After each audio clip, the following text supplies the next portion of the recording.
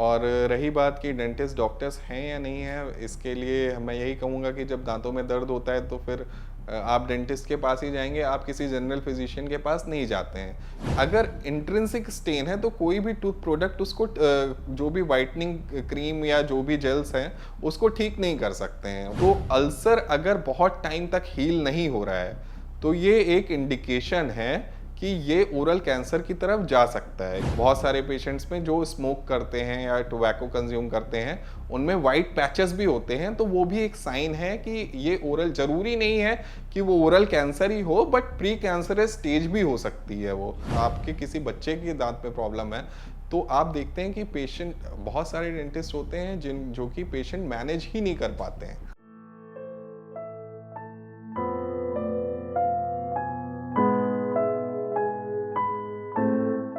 जी, बिल्कुल होता है। हम लोगों को इनफैक्ट पढ़ाया भी गया है, हम लोगों का ओरल मेडिसिन रेडियोलॉजी सब्जेक्ट भी रहा है फाइनल ईयर में, ओरल पैथोलॉजी भी हमें पढ़ाई गई है। तो डायग्नोसिस करना बिल्कुल एक डेंटिस्ट कर सकते हैं डायग्नोसिस इस चीज़ की।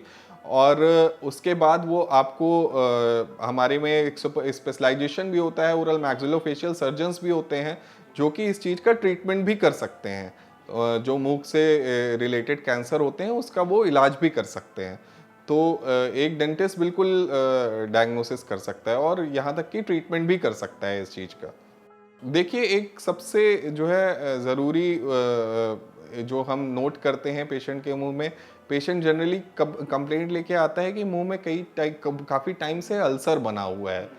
और तो अल्सर अगर बहुत टाइम तक हील नहीं हो रहा है तो ये एक इंडिकेशन है कि ये ओरल कैंसर की तरफ जा सकता है। या फिर आप देखते होंगे बहुत सारे लोग जो टोबैको खाते हैं, कंज्यूम करते हैं, उनका मुंह सही तरीके से नहीं खुलता है, तो वो भी एक इंडिकेशन है कि ये ओरल कैंसर की तरफ। उस कंडीशन को हम ओरल सबम्यूकस फाइब्रोसिस बोलते हैं।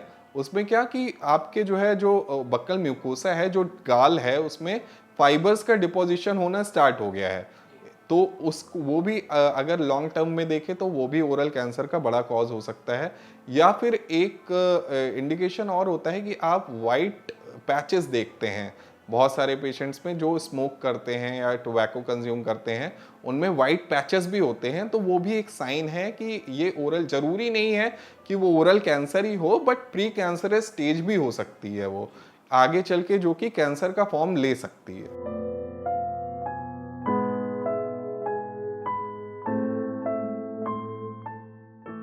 स्मोकिंग का असर दांतों पर, आपको स्टेनिंग होनी स्टार्ट हो जाती है। दूसरी चीज़, आपकी गम हेल्थ काफ़ी इफ़ेक्ट करती है, क्योंकि जो निकोटीन या स्मोकिंग में जो सब्सटेंसेस होते हैं वो इरिटेंट की तरह काम करते हैं, और जिनकी वजह से आपको गम्स में सूजन भी आ सकती है और दांतों पे पीलापन या स्टेनिंग भी हो सकती है।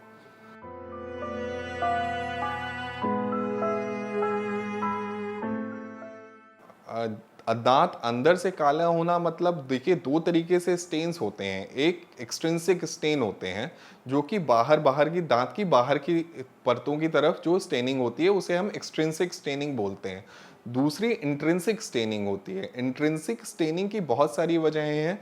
वो आपके कई सारे मेडिसिन होती हैं जो कि इंट्रिंसिक स्टेनिंग कॉज कर सकती हैं। या फिर दूसरी चीज़ ये भी है कि बचपन में आपको कभी चोट लगी है, आप गिर गए हैं, या खेलते टाइम आपको कोई चोट लगी है, तो उस वजह से भी दांतों में कालापन आ सकता है। तो सुझाव मेरा यही रहेगा कि कोई भी ट्रीटमेंट खुद करने से पहले, या मार्केट में बहुत सारे ब्लीच प्रोडक्ट्स या ऐसे बहुत सारे वाइटनिंग प्रोडक्ट्स भी हैं, कुछ भी करने से पहले किसी डेंटिस्ट या किसी भी डॉक्टर की आप सलाह जरूर ले लें। अगर इंट्रिंसिक स्टेन है तो कोई भी टूथ प्रोडक्ट उसको जो भी वाइटनिंग क्रीम या जो भी जेल्स हैं उसको ठीक नहीं कर सकते हैं। वो आपको बिना डॉक्टर की हेल्प के वो स्टेनिंग आपकी ठीक नहीं होगी। दूसरी चीज़, जो एक्सट्रिंसिक स्टेनिंग होती है उसके लिए बहुत सारे जो टूथपेस्ट हैं या जेल्स आजकल मार्केट में अवेलेबल हैं, उनमें वो ब्लीचिंग कंटेंट होता है एक तरीके से, तो वो दांतों को ब्लीच कर देता है। ब्लीच करने की वजह से दांतों में वाइटनिंग आती है, बट वो टेम्परेरली आएगी, वो परमानेंट नहीं आएगी वापस, क्योंकि जो है आपको पता नहीं है कि कितना ब्लीच यूज़ करना है, क्या यूज़ करना है। ब्लीचिंग से दांत भी साफ किए जाते हैं, बट वो प्रोफेशनली किए जाते हैं। तो मेरी रिकमेंडेशन बिल्कुल नहीं रहेगी कि आप कोई भी ऐसा प्रोडक्ट बिना किसी डॉक्टर की सलाह के लें।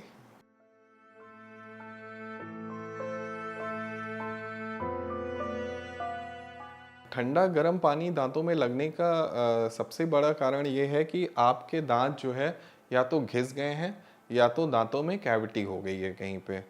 तो क्या दांत जब घिस जाएंगे तो ऊपर की परतें हट जाती हैं। ऊपर की परतें हटने की वजह से जितनी जो आपके दांतों की नसें होती हैं जो कि ब्लड वेसल्स या नर्व्स होती हैं वो आपके ओरल एनवायरनमेंट में या मुंह में खुल जाती हैं। तो आप कुछ भी खाते पीते हैं तो सीधा जाके दांत के नर्व्स पे या नसों पे, जिनसे हम कहते हैं, जाके लगता है और उस वजह से आपको ठंडा या गर्म का एहसास ज़्यादा होने लगता है।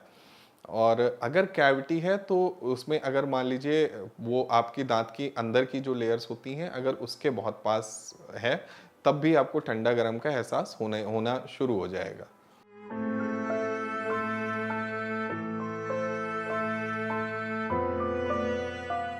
आप जैसे देखिए हमने बताया कि दांतों में दर्द हुआ या कुछ ऐसा हुआ तो एक स्पेशलाइज्ड जो डॉक्टर होगा जिसने एंडो एमडीएस एंडोडोंटिस्ट होता है जो कि जो है रूट कैनाल विशेषज्ञ बोलते हैं जिसे हम। तो उन्होंने अपनी थ्रू आउट पोस्ट ग्रेजुएशन उन्होंने उसी चीज़ में स्पेशलाइजेशन की है। तो वो डेफिनेटली आपको ज़्यादा बेटर ट्रीटमेंट उस चीज़ का दे सकते हैं जो कि एक नॉर्मल डेंटिस्ट या एक बीडीएस या एक दूसरी स्पेशलिटी का डॉक्टर देगा। वही चीज़ मैं बोलूँगा कि जब आपने बच्चों आपके किसी बच्चे के दांत में प्रॉब्लम है तो आप देखते हैं कि पेशेंट बहुत सारे डेंटिस्ट होते हैं जो कि पेशेंट मैनेज ही नहीं कर पाते हैं। उनको पेशेंट मैनेजमेंट ही नहीं पता है कि कैसे बच्चे का बिहेवियर मैनेज करना है, कैसे उसको जो है ट्रीटमेंट प्रोवाइड करना है। तो जब आप पेशेंट का बिहेवियर ही नहीं मैनेज कर पाओगे, पेशेंट ही आपके कॉन्फिडेंस में नहीं आ पाएगा, तो आप उसका ट्रीटमेंट कर ही नहीं पाओगे और अल्टीमेटली फिर आप दवा देके उसको भेज दोगे। और फिर आखिरी में क्या होता है, जैसे आपने देखा कि बहुत सारे बूढ़े लोगों को दांत नहीं होने पे दांतों पे डेंचर पहनते हैं, वो निकालने लगाने वाला या फिक्स वाला।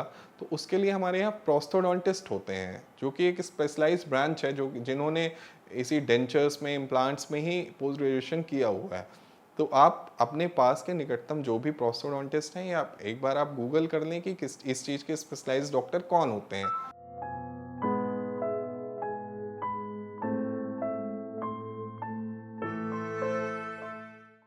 सर देखिए सारे प्रोफेशंस का एक अपना एडवांटेज है।